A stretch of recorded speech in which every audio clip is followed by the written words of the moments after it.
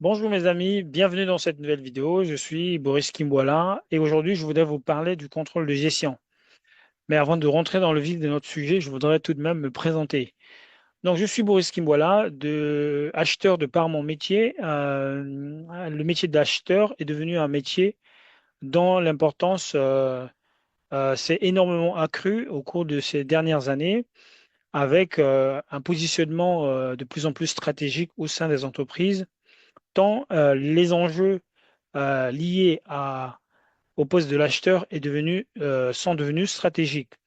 Donc aujourd'hui, un acheteur, c'est celui-là qui n'est pas seulement celui qui négocie, mais celui qui est capable d'augmenter la valeur, de créer de la valeur de par la qualité des prestations ou des produits qu'il achète. L'acheteur, c'est celui-là qui aide l'entreprise dans ses ambitions de compétitivité économique et financière. L'acheteur, c'est celui-là aussi qui, on va dire, euh, qui est en avant-garde de la transformation digitale, des problématiques liées aux enjeux climatiques, à la transition énergétique et au changement de comportement et de valeurs éthiques, morales avec une triple dimension économique, environnementale et sociale ou sociétale. Donc aujourd'hui, encore une fois, le rôle de l'acheteur et son positionnement s'est accru avec une importance significative qui lui est de plus en plus accordée. Et la raison pour laquelle je voudrais vous parler du contrôle de gestion, c'est qu'en tant qu'acheteur, j'ai souvent été amené à travailler en transverse avec la fonction contrôle de gestion ou le service contrôle de gestion. Certes, dans toutes les entreprises, notamment les entreprises de petite et moyenne taille, ce service n'existe pas encore parce que ces entreprises n'ont pas les moyens de mettre en place un service de contrôle de gestion. Toujours est-il que dans les grands groupes, très souvent, et c'est notamment les entreprises, le type d'entreprise dans lesquelles je travaille, elles ont en leur sein un service ou une fonction dédiée au contrôle de gestion.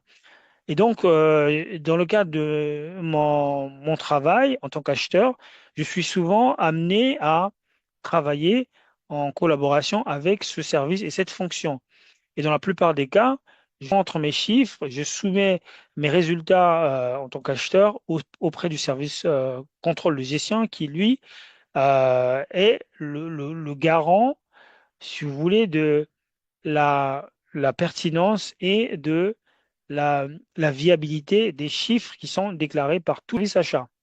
Donc, c'est intéressant de savoir comment, en tant qu'acheteur, ou de savoir comment déclarer vos chiffres, déclarer vos performances. euh, et comme ça vous permettra de travailler sur la même longueur d'onde, d'interpréter les choses de la même manière et de vous éviter euh, le sentiment de désagrément qui arrive souvent lorsque vous parlez d'une chose que le contrôle de gestion ne comprend pas du tout. Alors, le contrôle de gestion est une fonction ou un service à part entière, comme la comptabilité, la finance ou les RH. Et c'est un service qui a un rôle proéminent, important au sein de la société, car ce service est garant de euh, de la, de la fiabilité, si vous voulez, des chiffres qui sont présentés, donc des chiffres économiques et financiers qui sont présentés par le service comptabilité qui s'occupe de la finance, donc des chiffres, mais pas que, mais aussi qui est garant de la performance de l'entreprise, en ce que c'est le contrôle de gestion qui donne les grandes orientations stratégiques qui sont matérialisées à travers, par exemple, la gestion de budget, le pilotage et la gestion des ressources, les recrutements, les ressources financières, matérielles, humaines. Tout ça est piloté par le contrôle de gestion. Donc, c'est une fonction centrale qui joue un rôle important. Alors, pourquoi donc je vous parle concrètement du contrôle de gestion? Sans plus tarder, je voudrais vous partager donc ce fichier que j'ai prévu justement pour alimenter nos échanges. Donc, il est où mon fichier? Hop,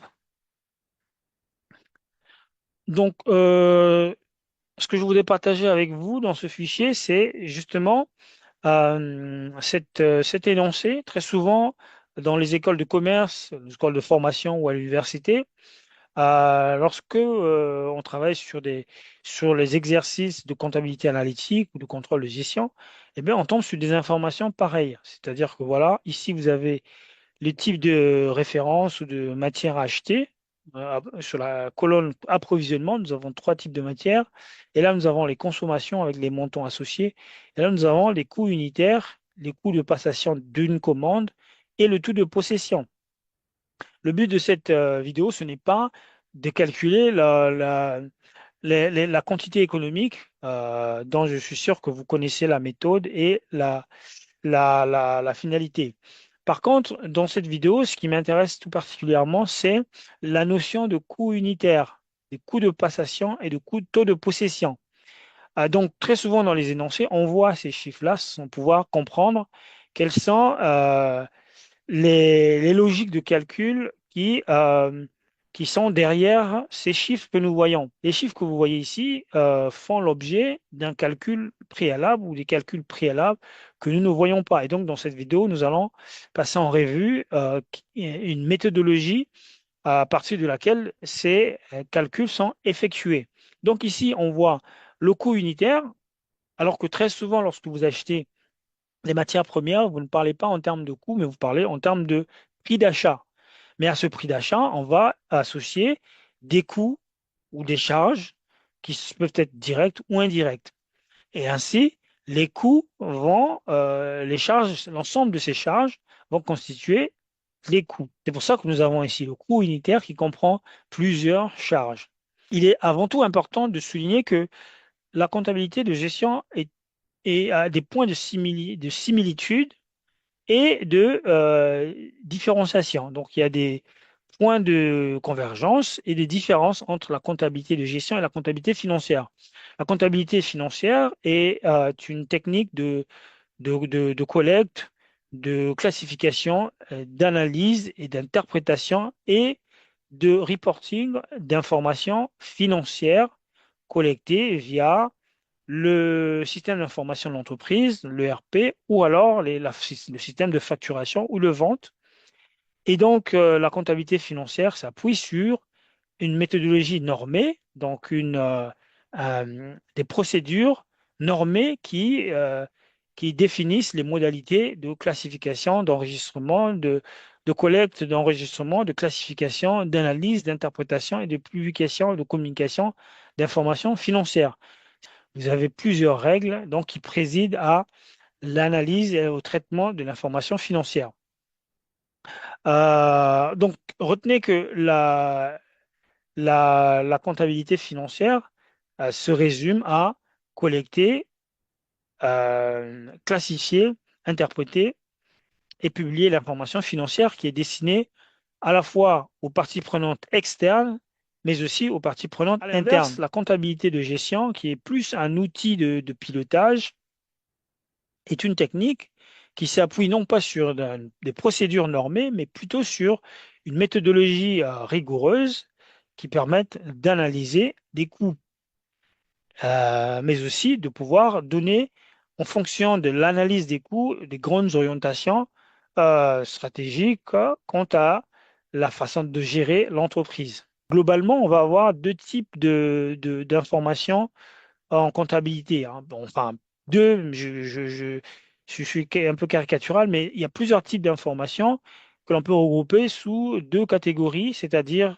les informations incorporables et les informations non incorporables. Tout ce qui est information incorporable, ce sont des informations financières issues de la comptabilité générale dont se sert le contrôle de gestion pour procéder à l'analyse des coûts et donc à la répartition des charges. Les charges non incorporées ou non incorporables sont plus ou moins les charges qui sont présentes dans la comptabilité générale, mais qui doivent faire l'objet d'un traitement particulier en comptabilité de gestion, en comptabilité analytique. De charges incorporables, c'est-à-dire que ce sont des charges qui peuvent être directement liées à la fabrication d'un produit ou d'un service. Les charges non incorporables, ce sont des charges qui doivent faire l'objet d'un traitement particulier, tant ils sont liés à plusieurs unités de charge ou objets de... Euh, et donc, la comptabilité de gestion va procéder à un traitement préalable de ces charges avant de pouvoir pouvoir les ventiler. On parle aussi des charges supplétives qui n'existent pas en comptabilité financière, mais qui existent en comptabilité analytique. Donc, bref, c'est pas l'objet de cette vidéo de parler de rentrer dans les détails sur les notions fondamentales qui sont utilisées en comptabilité de gestion ou comptabilité au contrôle de gestion. Donc, ce que je disais, c'est qu'on va essayer de comprendre d'où viennent ces chiffres que j'ai mis ici en rouge. Je vais peut-être pouvoir zoomer, non? Euh, ce que j'ai mis ici en rouge. Donc, ce qu'on voit ici, nous avons la démarche de calcul du coût de revient selon la méthode de coût complet. Donc, comme j'ai dit tantôt, le contrôle de gestion s'appuie sur des méthodologies de calcul pour analyser et interpréter de manière fidèle et fiable les informations financières communiquées par la comptabilité générale. Et donc, il existe plusieurs méthodes ou méthodologies.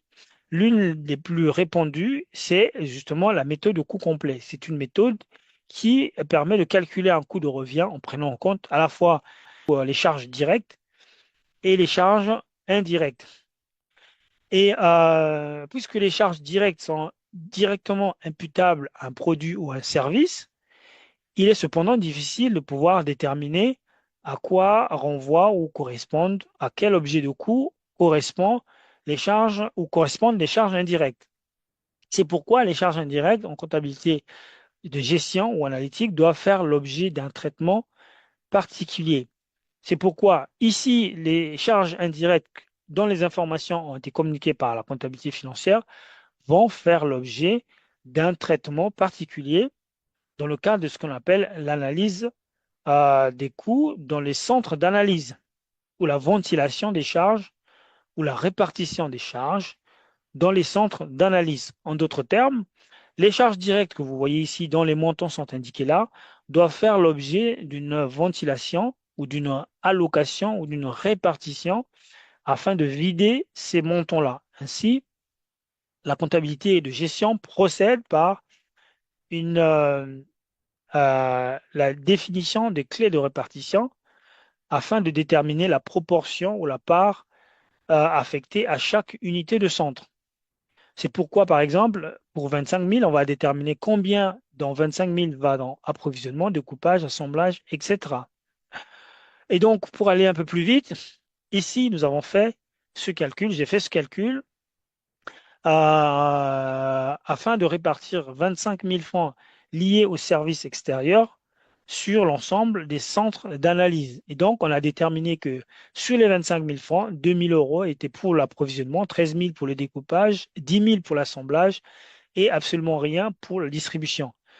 Pour les autres charges, à noter que les services extérieurs correspondent donc en comptabilité générale à des charges de classe 6, pardon, des classes, les charges de classe soit 3 les comptes des tiers, soit 7 le compte vente, soit 2 les immobilisations, voilà.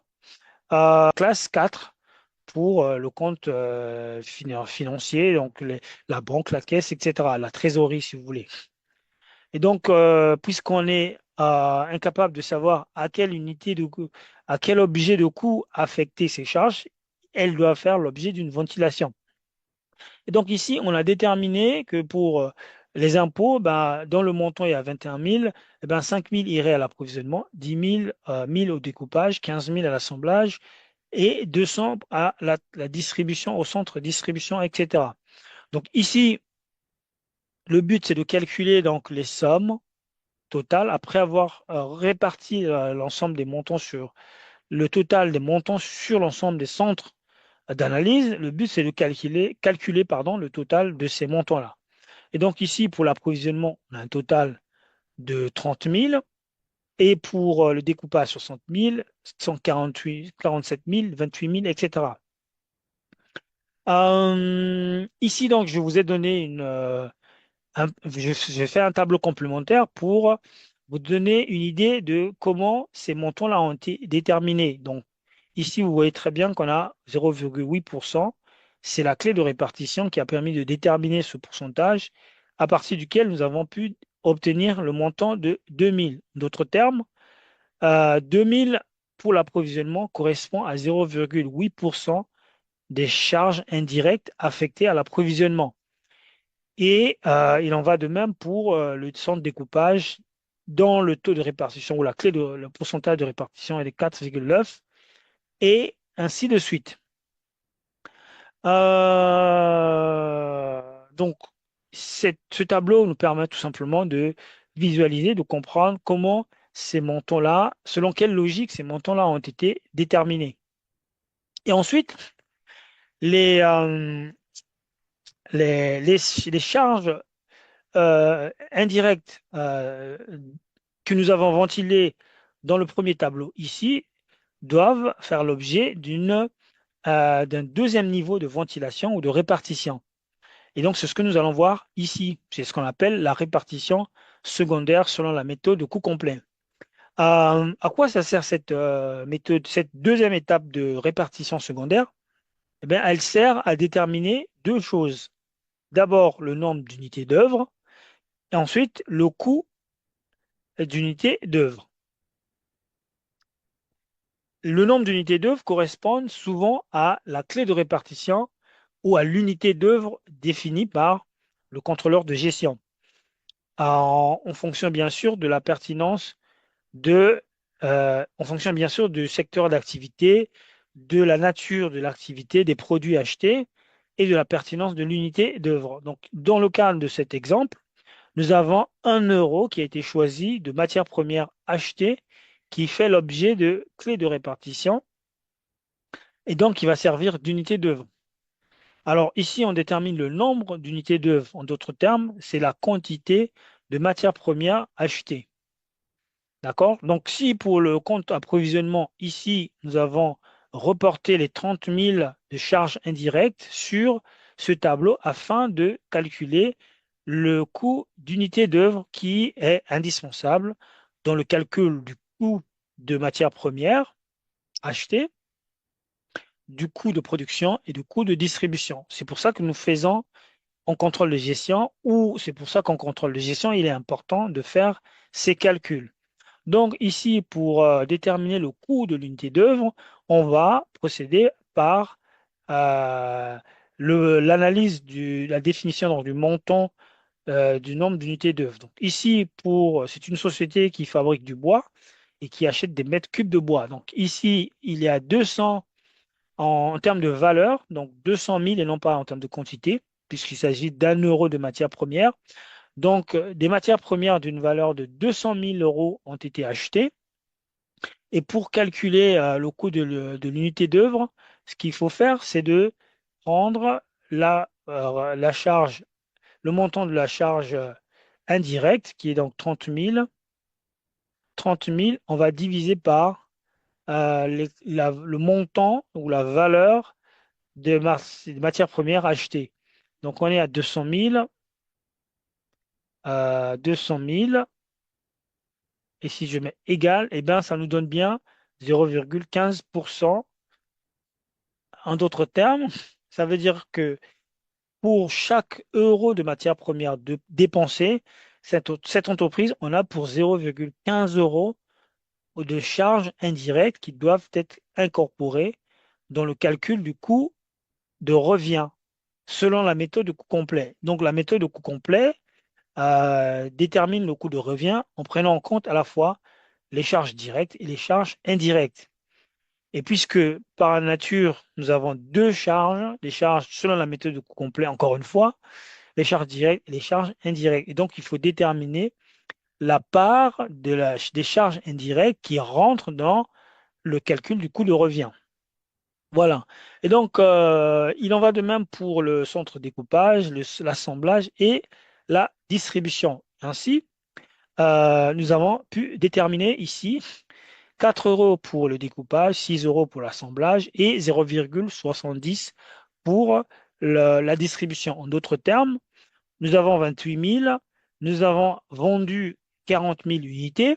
Pour chaque unité vendue, nous avons 0,70 euros de charges indirectes qui doivent être intégrées ou incorporées dans le calcul du coût de revient. Donc voilà les amis, pour répondre à la question que je posais en préambule, d'où viennent donc ces chiffres, le coût unitaire? Eh bien, ces coûts-là, voire même ces taux de possession, viennent des calculs initiaux que vous ne voyez souvent pas. Donc parfois, on vous donne l'énoncé avec les chiffres. Parfois, on vous demande de le calculer, calculer les charges directes, indirectes, calculer, faire la variation de stock, ensuite faire l'inventaire, entrée en stock, sortie pour la production, calcul de coût de matière, de coût de production, euh, avec notamment la sortie de stock, calcul de main-d'œuvre directe qui constitue une charge directe, calcul des charges indirectes. Donc ici, les charges indirectes pour la production, ça va être essentiellement basé sur le découpage et l'assemblage, puisque ce sont des charges, il y a des charges indirectes liées à ces deux fonctions, mais aussi à la distribution. Et moi, en tant qu'acheteur, j'ai besoin de comprendre les mécanismes de calcul qu'utilise le contrôle de gestion parce que très souvent, dans mes échanges avec des fournisseurs que je rencontre, je suis amené à négocier, par exemple, à remettre en question les hausses de tarifs qui me sont soumises parce qu'il n'est pas rare qu'un fournisseur vous dise qu'il a subi des hausses compte tenu d'une certaine conjoncture morose et donc il demande, il cherche à répercuter ces hausses sur le prix des produits qu'il vous vend. Et si vous êtes naïf, vous allez dépenser l'argent qui est une ressource rare de votre entreprise pour absorber ces hausses de coûts et hausses de prix, ce qui n'est pas une bonne chose puisque vous, en tant qu'acheteur, votre rôle, c'est d'aider votre entreprise à être financièrement et économiquement compétitive. Et ça passe notamment par une technique, une approche agressive et stratégique de négociation de prix, mais pas seulement, mais aussi de la qualité de matières premières, des produits et des services que vous achetez. Donc, il est important de comprendre les sous-bassements de calcul qui sont derrière les chiffres que vous présentent vos fournisseurs, parce que c'est là que vous allez montrer votre vraie valeur en tant qu'acheteur et vous allez aussi être force de proposition et être crédible au sein de vos services, votre service achat. J'espère que cette vidéo, en tout cas, vous aura permis au moins de comprendre contrôle de gestion, ou tout au plus de comprendre davantage comment se calculent les coûts en contrôle de gestion et pourquoi pas approfondir cela à travers des recherches pertinentes, tant la bibliographie sur cette question, sur des questions de contrôle de gestion est abondante, aussi bien sous des formats numériques que sous des formats des livres. Donc, je vous encourage vraiment à aller, si cette discipline vous intéresse, je vous encourage à aller faire des recherches là-dessus. Jusqu'à une prochaine vidéo. Portez-vous bien. Ciao, ciao. Boris.